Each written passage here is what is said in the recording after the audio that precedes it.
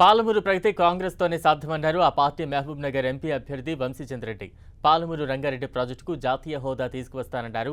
కేంద్రంలో రాష్ట్రంలో 10 ఏళ్లు అధికారంలో ఉన్న పార్టీలు పాలమూరు అభివృద్ధిని పట్టించుకోలేదని ఆరోపించారు. డీకే అరుణ పాలమూరుకు ఏం చేసిందని ప్రశ్నిస్తున్న వంశీచంద్రెడ్డితో మా ప్రతినిధి Pratap face to face.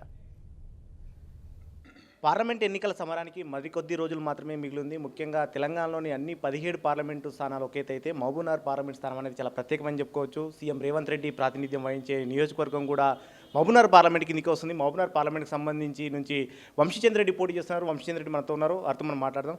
Vamshi Chand Reddy గారు, మీరు దాదాపుగా అందరికంటే ముందుగానే దాదాపు 40-50 రోజుల నుంచి కూడా ప్రచారం చేస్తున్నారు. ఎట్లా అనిపిస్తుంది?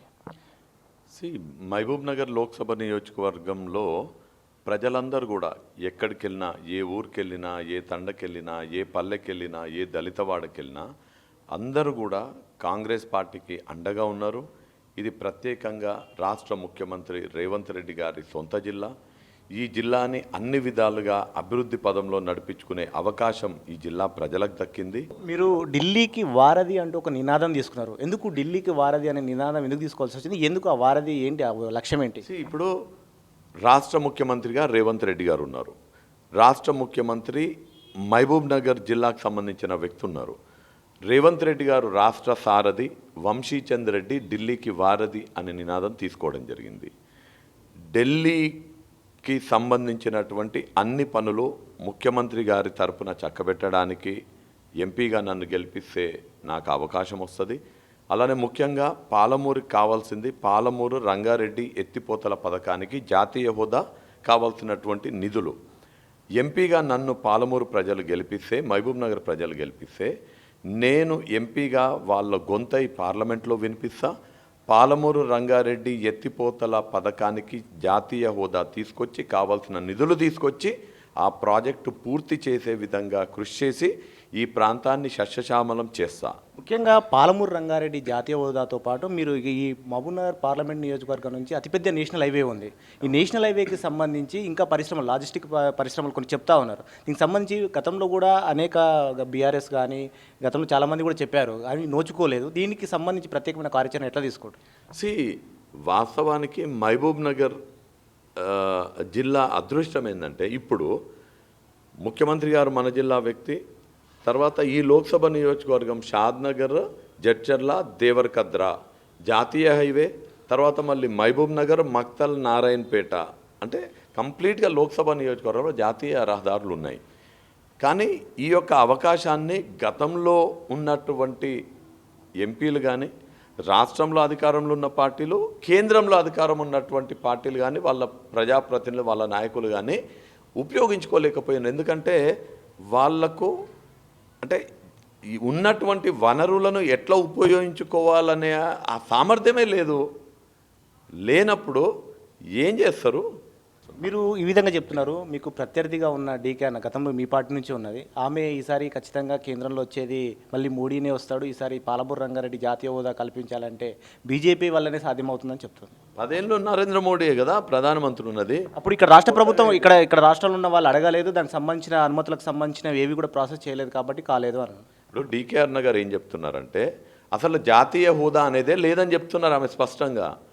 సుష్మా స్వరాజ్ గారు, నరేంద్ర మోడీ గారు పాలమూరుకు వచ్చి, మహబూబ్ నగర్కి వచ్చి, మహబూబ్ నగర్ ఎన్నికల సమావేశంలో మేము పాలమూరు రంగారెడ్డికి జాతీయ హోదా కల్పిస్తామని వాళ్ళు చెప్తున్నారు. ఇవాళ డీకే అరుణ గారు అసలు జాతీయ హోదా అంటే ఏంది, జాతీయ హోదా అనే పదమే లేదు, నిధులు ఎక్కువ తీసుకొస్తామంటున్నారు అనే మాట చెప్తున్నారు. నిధులు తీసుకొచ్చేటోళ్ళు అయితే ఇప్పుడు మీ మోడీయే ఉన్నాడు కదా ప్రధానమంత్రి, మీ ప్రభుత్వమే ఉన్నది కదా కేంద్రంలో, మరి 10 ఏళ్ళు ఎందుకు తీసుకురాలేదు? ఇప్పుడు కొత్తగా వచ్చేది ఏంది? ప్రధానమంత్రి కన్నా పెద్ద పదవి అయితే ఏం లేదు కదా. నేను చెప్తున్నా, నేను ఎంపీ కాకపోయినా రాహుల్ గాంధీ ప్రధానమంత్రి అయితే పాలమూరు రంగారెడ్డికి రావాల్సినటువంటి ఎన్ని కోట్ల నిధులు అంటే అన్ని కోట్ల నిధులు నేను తెచ్చేటోడిని.